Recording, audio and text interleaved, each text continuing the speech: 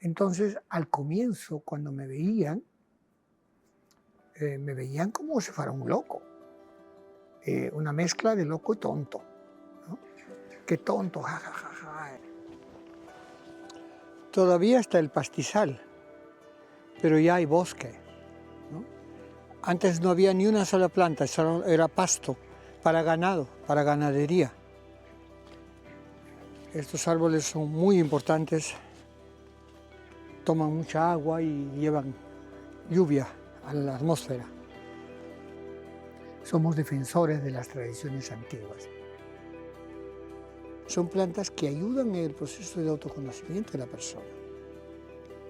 Por ejemplo, hay plantas maestras para limpiar miedos, para curar depresiones, adicciones, distintos tipos de necesidad. Y las plantas maestras tienen un efecto para limpiar y curar esas cosas. Por ejemplo, hemos logrado restaurar 50 hectáreas, más de 50.000 árboles, pero la idea es llegar a 200.000, 250.000, 250.000 de árboles que nos permitan desarrollar el proyecto sustentable de abastecimiento para todos los proyectos restaurativos del valle y demás de la Amazonía, ¿no?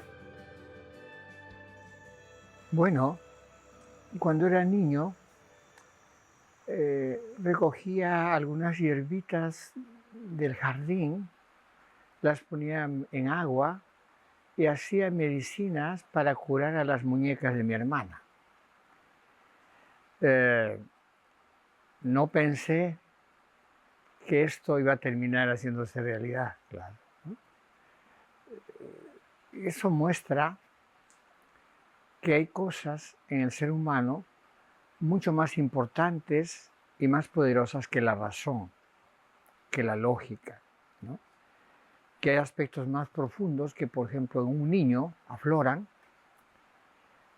y que al final terminan haciéndose realidad, pero si formamos a los niños solo en la lógica, es como si no les diéramos el espacio para tener sueños y construirlos, ¿no? Pero básicamente este proyecto, el proyecto Sachacente, es un proyecto que está basado en la tradición, ¿no?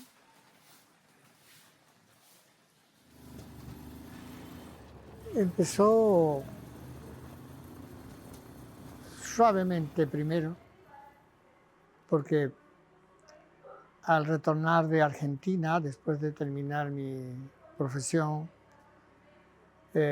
retomé mi tradición, la tradición andina.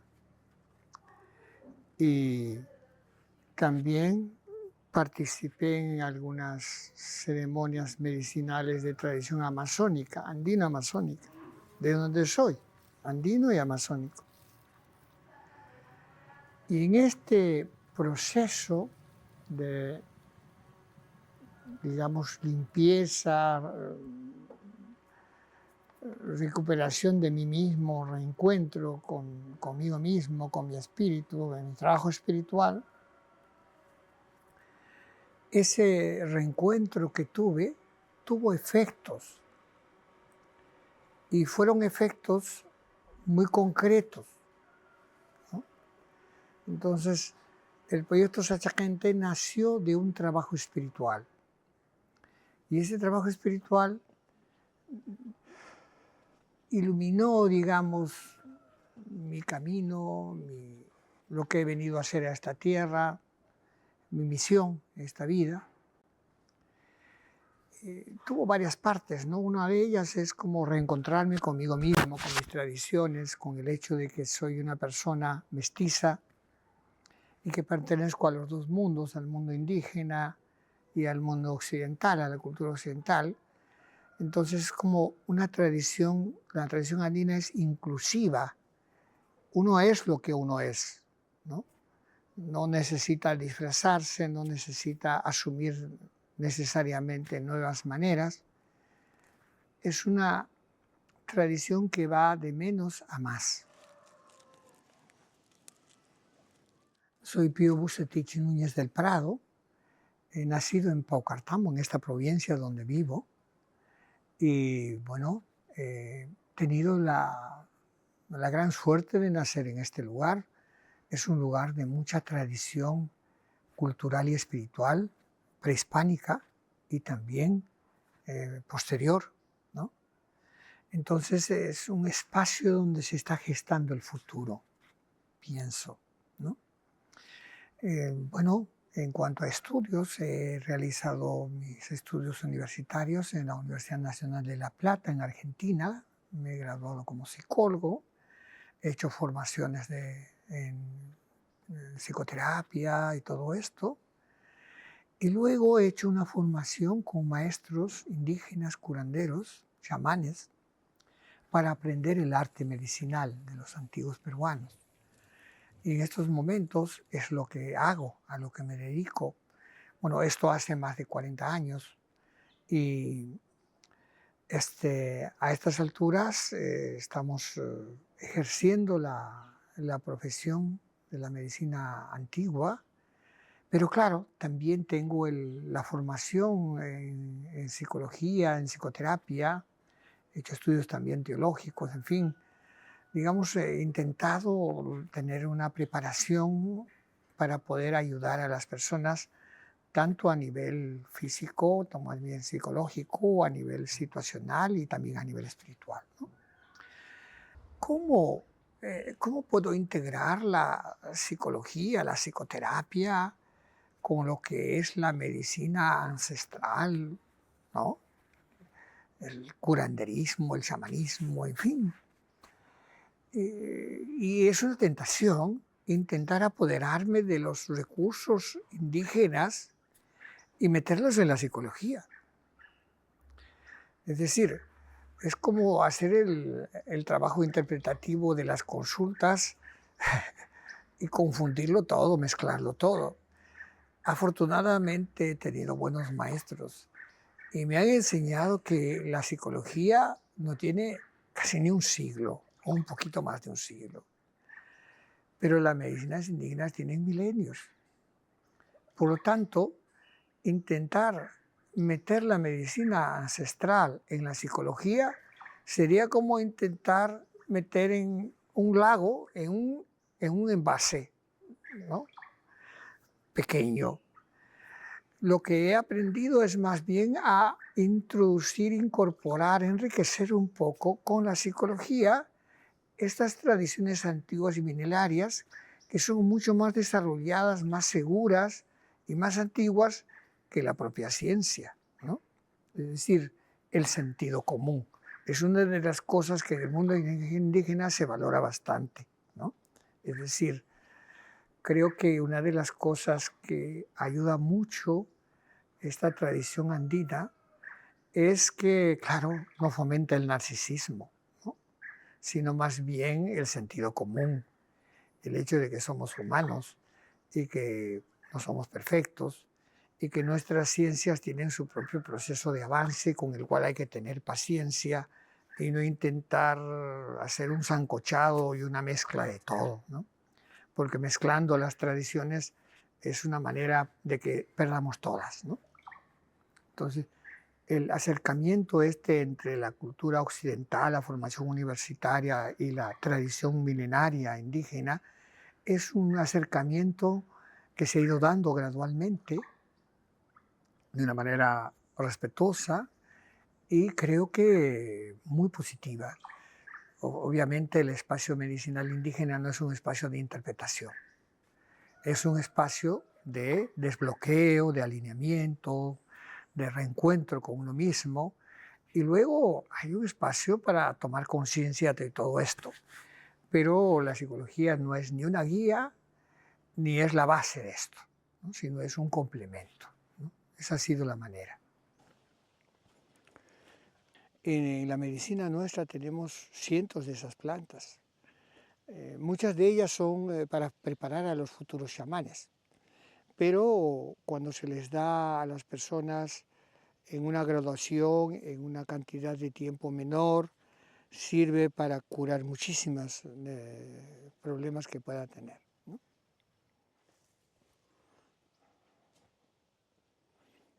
El capítulo de las plantas maestras es algo inédito, muy original, ¿no?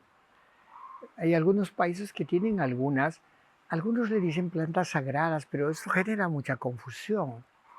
Porque claro, el hombre de cultura occidental cuando escucha sagrado piensa que son como deidades, como dioses, y no es así, son más bien como plantas que te enseñan a vivir mejor, que te limpian cosas invisibles. Entonces, hay como categorías de plantas maestras, hay algunos cientos de ellas, pero hay una categoría de plantas que sirven para desintoxicarte emocionalmente, energéticamente, físicamente, no solamente físicamente. Pero hay plantas también que te van a ayudar a aclarar, una vez que te has limpiado de tus parásitos, aclarar las cosas que ya nacen de ti, ¿no? Hay plantas para defender también, para que las energías externas, hay gente que se carga mucho de energías que le rodean, para proteger eso y de que no entren. Y hay otras plantas que son ya de intervención, que llamamos, que son plantas de poder, que sirven para curar, para ayudar a las personas en sus procesos. Sin embargo, muchas de estas plantas que originalmente, por ejemplo, se han utilizado para la formación de los chamanes, cuando las dietas son más cortas, más puntuales, ayudan en los procesos de recuperación de la salud de las personas, ¿no? Y, por ejemplo, hay plantas para limpiar miedos, son muy importantes porque cuando se quita esta energía del miedo, porque nosotros estamos acostumbrados a pensar en las emociones, y claro, en la medida en que pensemos sobre los miedos, tenemos la idea de que estos se irán, ¿no? Y no sabemos que los miedos son energía jucha, o sea, energía pesada, y que ese pensar sobre los miedos no desbloquea energéticamente el miedo del sistema energético de la persona. Entonces estas plantas ayudan a limpiar estos contenidos de miedo en la persona y como consecuencia de eso su calidad de vida va a mejorar un montón y va a tener posibilidades de elección. Aquí estoy preparando la azucena, son bulbos de la planta azucena, que es una planta purgativa. Es una planta que crece en el agua, en lugares en barro o cerca del agua. Tiene un aroma muy rico su flor, un poco parecido al jazmín. Y la gente que sabe dice que es una planta que ayuda a limpiar y solucionar temas relacionales. This is going to be cooked afterwards, but that's where the hand of Pío comes. Entonces tengo muchísimos casos de personas que tenían muchas dificultades, por ejemplo, delirio de celos, o que no podían estudiar, que no podían graduarse, que estaban como retraídas por ellos, y que haciendo un trabajo con estas plantas maestras se han atrevido y han culminado lo que querían hacer, ¿no? Pero así, cientos, tal vez miles de casos, ¿no? Pero hay otras, por ejemplo, que son más o menos de la lógica de los antidepresivos, que son plantas para limpiar energía pesada, energía jucha de lo que es la tristeza, la depresión. Entonces, tienen otra lógica, ¿no? Porque no es como adormecer para que la persona no sienta la depresión, sino es más bien abrirlo y que la depresión, la energía esta, sacarla para afuera y que el espacio interno quede vacío y luego es habitado por la persona. Pero de alguna manera la medicina indígena es una lógica de abrir y limpiar el mundo interno y crear espacio para que la persona pueda reconectarse consigo misma y desde allí encontrar la claridad para poder atreverse a caminar sus pasos, a reestructurarse, a reorganizarse y a poder atreverse a construirse, ¿no? O sea que la diferencia entre estas plantas es que en las terapias convencionales se le da mucha importancia a los traumas. Y en la medicina indígena no. Los traumas se han hecho para limpiarse y se le da más importancia a la etapa posterior, reestructurativa de la persona, ¿no? que la persona se reencuentre consigo misma y desde allí se atreva a proyectarse y a construir sus sueños. I think it is like a little bit, the work is internal. I'm reforesting within myself as well, I believe. And Pio says something like pachaterapia, pachatherapy, that he says that is actually like working the earth wherever you are, but that part of reforestation is that you are connecting and working with the earth, and that the earth, if you put your hands on it and work it,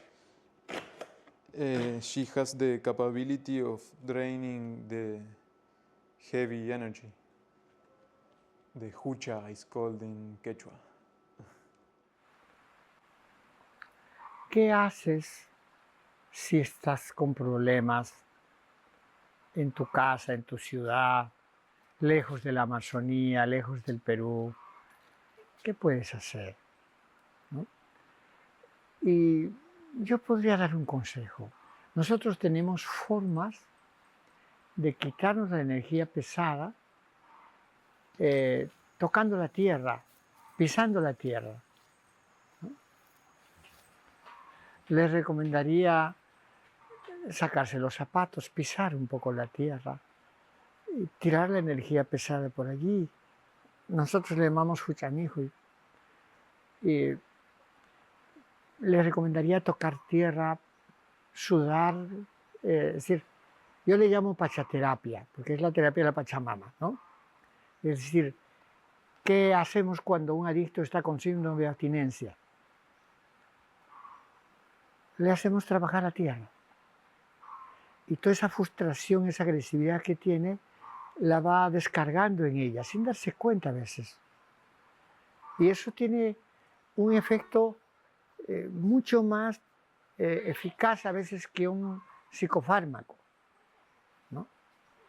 Entonces, yo recomendaría, hay pocos estudios sobre la influencia de la naturaleza en la salud mental, pero es algo de sentido común. Todos sabemos que cuando vamos a un lugar hermoso o a la playa o algo, nuestro ánimo mejora. Involucrarse en plantar, por ejemplo, es una indicación que va a dar un cierto alivio a uno mismo en el ánimo, pero también a la naturaleza.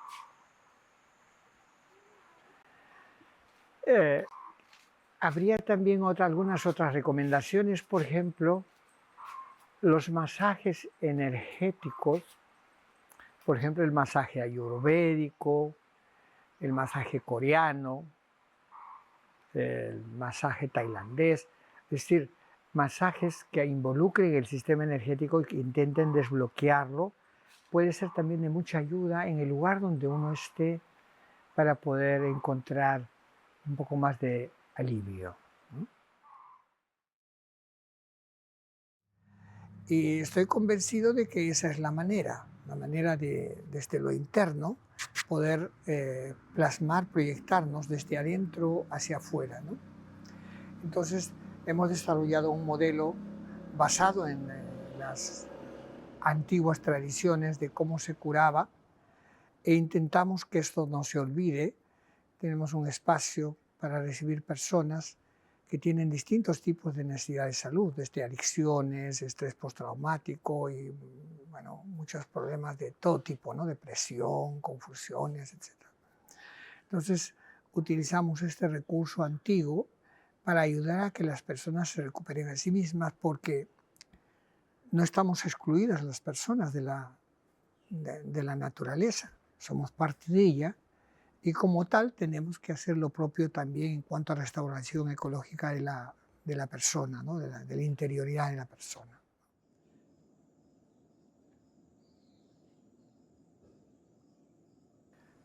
¿Cómo llegué a la ecología, a la conservación ecológica, a la reforestación?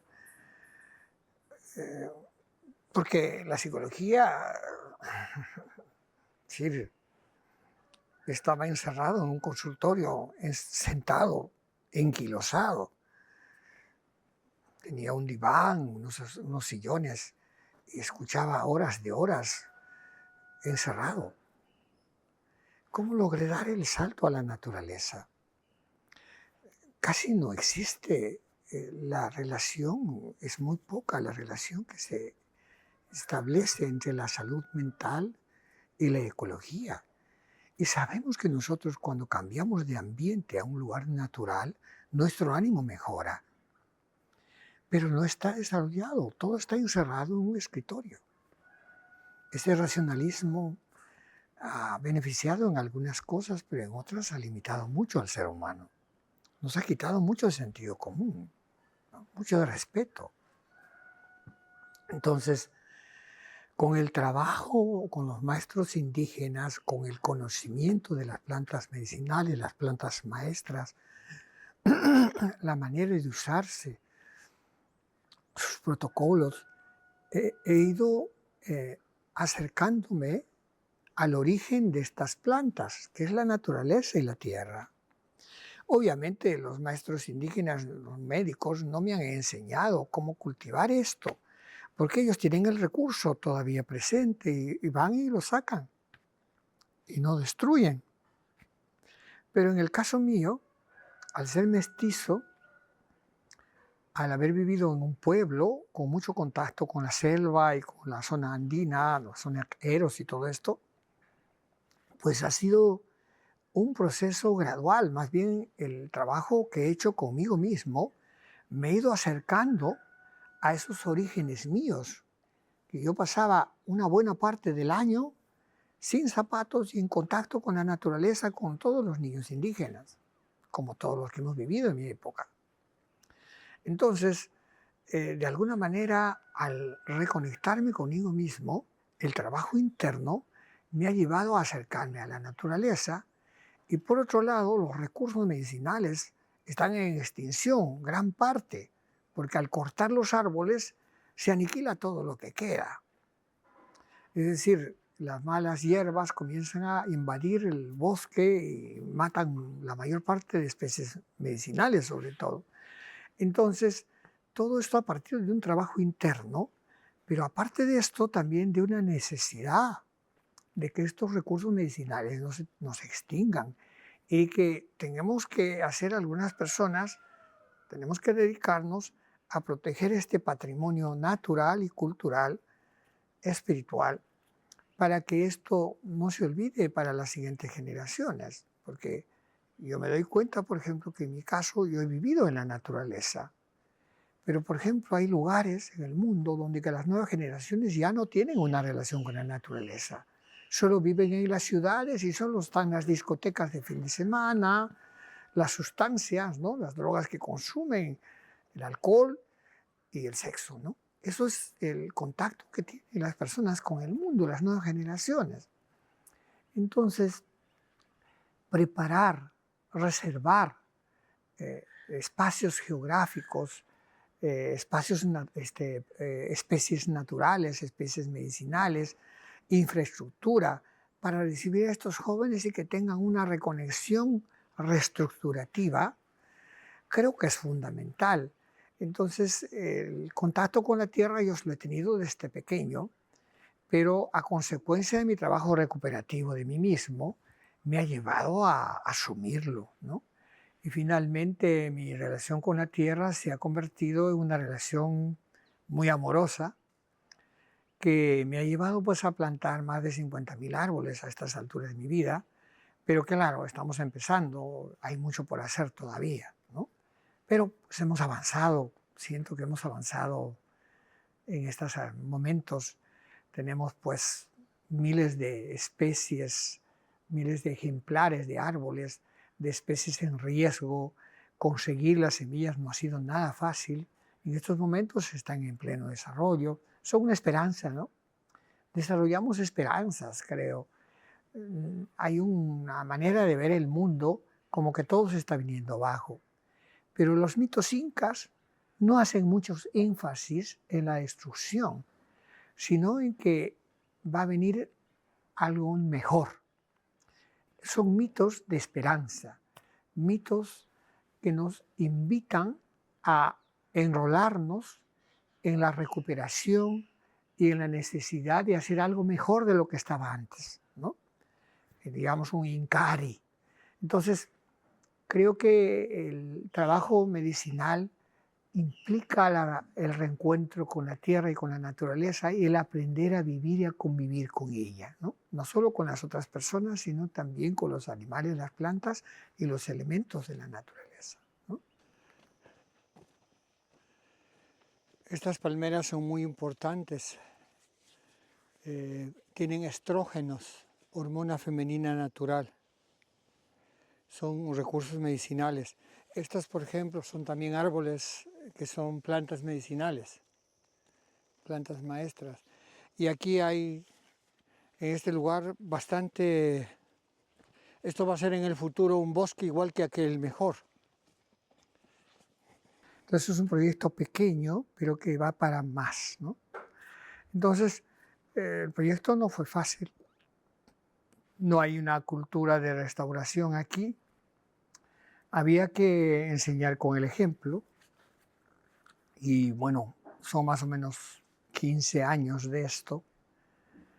Y en estos 15 años hemos avanzado mucho, hemos aprendido mucho, pero básicamente es un espacio donde todos los días, de lunes a sábado, se planta, ¿no?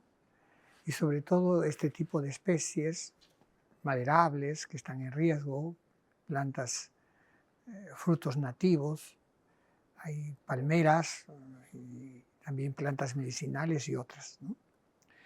Y por otro lado, también en este espacio que hay un lugar para la biodiversidad de fauna, ¿no? Que es un valle muy rico en fauna silvestre, ¿no?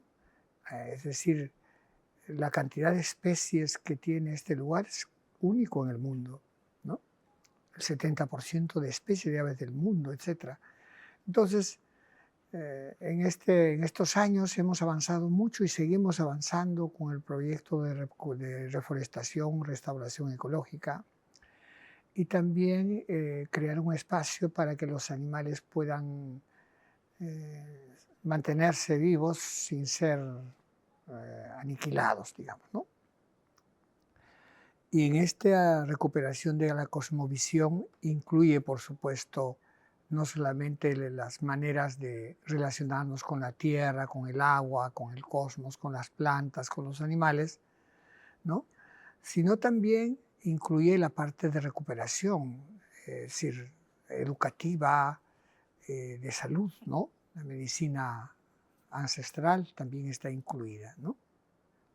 Entonces, uno de los objetivos, por ejemplo, es desarrollar un proyecto que tenga rentabilidad, que económicamente sea sustentable, pero a la vez que no destruya la naturaleza. Entonces pensamos hacer una empresa de producción de semillas de muchísimas variedades para que podamos apoyar, sustentar a los proyectos de restauración ecológica futuros de las siguientes generaciones. También uno de nuestros objetivos es el aspecto alimentario, ¿no? Albergamos especies alimentarias, superalimentos del bosque nativo, que estamos restaurando con el objetivo de vender estos productos a nivel nacional e internacional y que sea una manera de convivir con el bosque teniendo un beneficio por él, ¿no?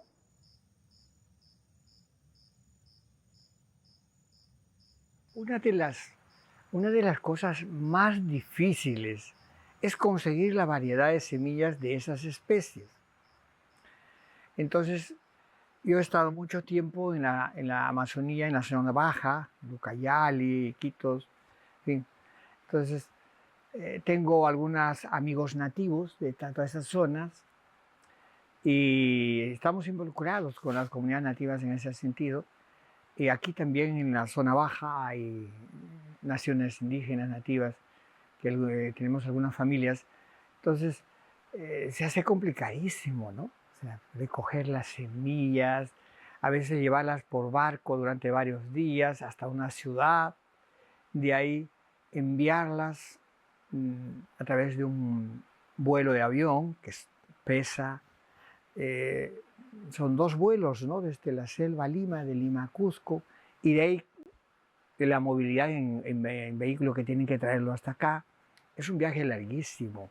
Los costos son inimaginables, pero el valor de tener estas especies que nadie las reforesta, porque claro, por ejemplo, hablando del chihuahuaco, el chihuahuaco pues demora 5 siglos, ¿no?, en llegar a su plenitud, 500 años.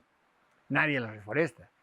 Entonces, tener la posibilidad de conseguir las semillas y poder recuperar, ¿no? Tenemos chihuahuacos ya de 5 metros, 6 metros, chihuahuacos que están en su etapa para trasplantado, y así con innumerable cantidad de especies de palmeras, de frutos y de árboles, ¿no?, con la caoba, el cedro, que tampoco se deforesta ya hoy, ¿no?, por la cantidad de años que demoran en crecer. No son rentables desde un punto de vista digamos, de madera, pero desde un punto de vista de conservar estas especies y tener la cantidad de semillas, producción para el futuro, creo que somos no conozco una empresa proveedora de semillas de forestales, frutos nativos en el Perú. Nosotros lo que queremos es recuperar el bosque primario con esa combinación que no agota la tierra y que hace que las especies entre ellas se protejan, tengan una sinergia y nutran a la tierra, ¿no? Porque tú pones un monocultivo, en 5 años la tierra ya está gastada. Pero la densidad de vegetación que soporta el bosque primario tiene millones de años y la tierra no se gasta.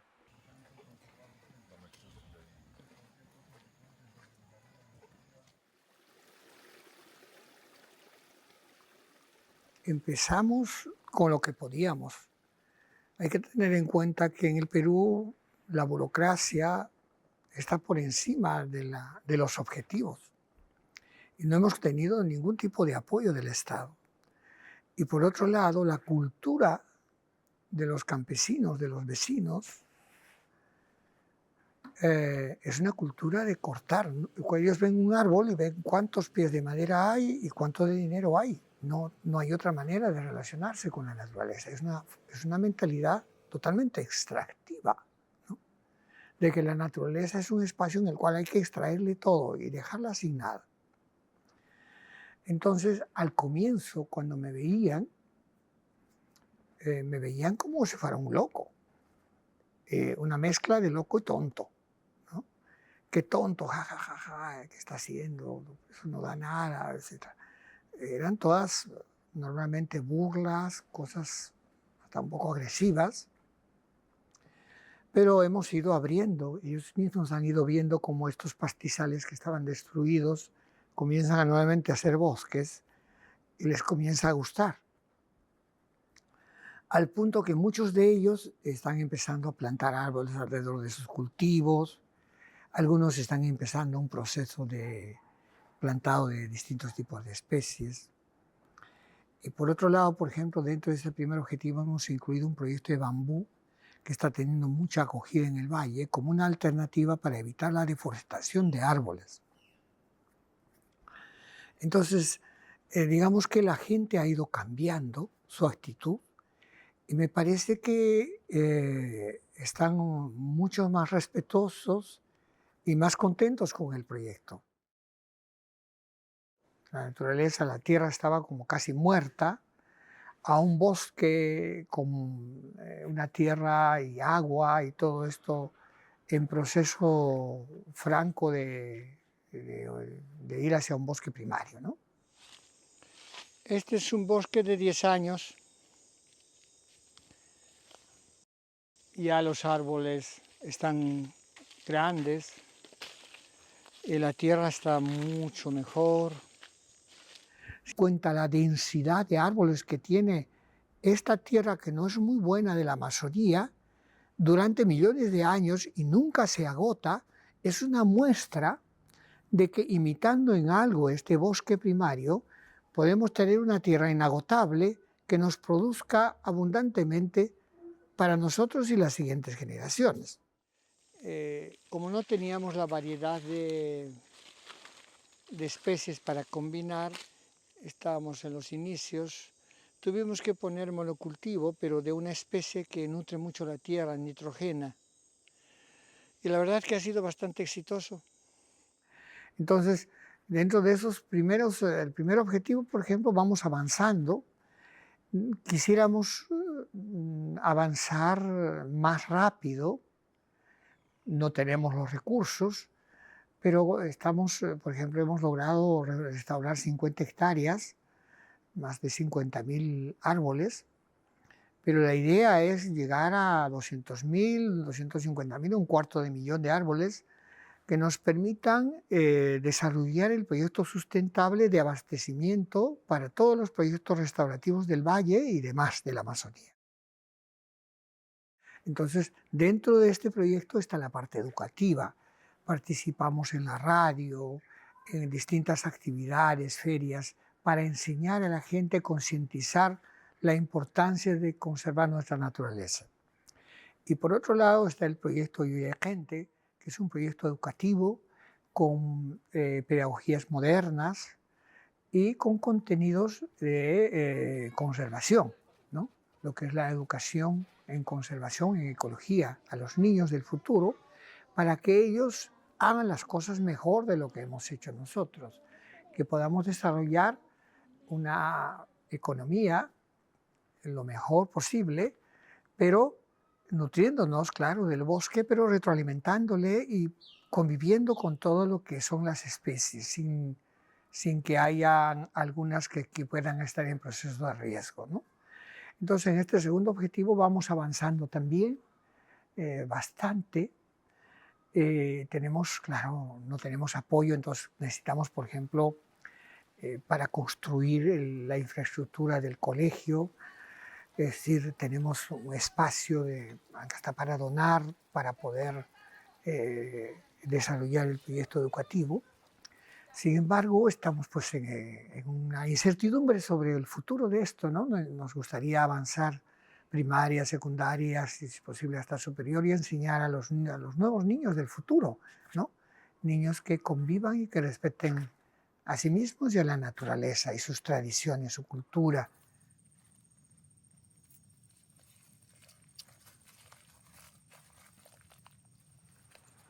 Creo que el futuro no existe, el pasado tampoco. Sin embargo, rescatando lo mejor del pasado, el presente se va a enriquecer. Responsabilizándonos por los que aún no han nacido, es como atrevernos a vivir en la esperanza de que todo va a sobrevivir y que todo va a mejorar. Entonces, es como enseñarles lo que me enseñaron. Yo pasaba 3 meses del año en una zona netamente indígena donde se hablaba sobre el quechua, muy cerca de la comunidad de Cairos. Y allí hablábamos quechua, y allí los padres y las madres indígenas me enseñaron a cuidarle el agua. De una manera sencilla, pero que me quedó grabado. Es decir, tengo su herencia de ellos dentro de mí, y lo que estoy haciendo es exactamente eso toda mi vida, ¿no? Es decir, yo ensucié el agua y ellos me llamaron la atención, que me dijeron, pero ¿no te das cuenta que esa agua que tú estás tomando, que yo tomo y que todos tomamos, estás ensuciando? Eso no se ensucia, eso se mantiene limpio para el bien de todos. Eso me enseñaron los indígenas. Y yo lo aprendí. Yo corté unas plantas en una zona como media barrancosa para hacer una fogata y me dijeron, ¿cómo vas a hacer eso? La tierra cuando llueva se va a venir abajo y tú puedes hacer tu fogata con el excremento de las alpacas y de las vacas. Eso que está seco es mejor combustible que cortar. O sea, digamos, no es que ellos sean ecologistas, pero es como un principio de que es que convivir, tenemos que preservar porque es para el bien de todos. Creo que eso le transmitiría a las generaciones venideras. El hecho de que tú cuando maltratas un animal, ñacaj, le decimos, te va a ñacaj. O sea, su energía del animal te va a hacer daño y te vas a enfermar. Si tú haces daño a la naturaleza, cortas árboles, te va a salar. Esto se llama kutipasca. Esta energía vas a terminar con desgracias en tu vida. Te vas a volver alcohólico, vas a estar mal. No debes cortar, destruir. Solo se usa lo que se necesita. Lo demás es para las siguientes generaciones. O sea que, aunque el pasado ya no existe, hay lecciones del pasado que son vitales para el presente y para el futuro. Y que hay que enseñar esa lección a los del futuro. Eso yo les diría. O sea, no maltrates los animales, no maltrates las personas, no maltrates las plantas, no ensucies el agua, protege la tierra y el aire. Es que es para el bien de todos. ¿Y eso quiénes nos han enseñado? Nuestros ancestros. Son sus principios que tenemos que nosotros preservar. No solo es preservar la naturaleza, es preservar esas enseñanzas a través de la recuperación de la ecología cultural. A la vez es una cosmovisión que no aplasta a las otras, que las incluye, que las acepta. Entonces, en ese sentido estamos en una sociedad donde estamos separando todo. Ahora necesitamos 30 baños para las distintas opciones, ¿no? Entonces hagamos uno para todas, ¿no? Entonces, de alguna manera, a lo que me refiero es que estamos separando y segmentándolo todo. Y esta tradición es una tradición que más bien incluye a las personas, los animales, las plantas, la tierra, el agua y el aire. O sea, incluye todo. Aprender a convivir. Seamos de la opción que seamos, seamos del lugar geográfico que seamos, tengamos los idiomas y las costumbres que tengamos. Estamos en un mundo y el principio andino de la inclusividad no se incluye, no excluye a nadie.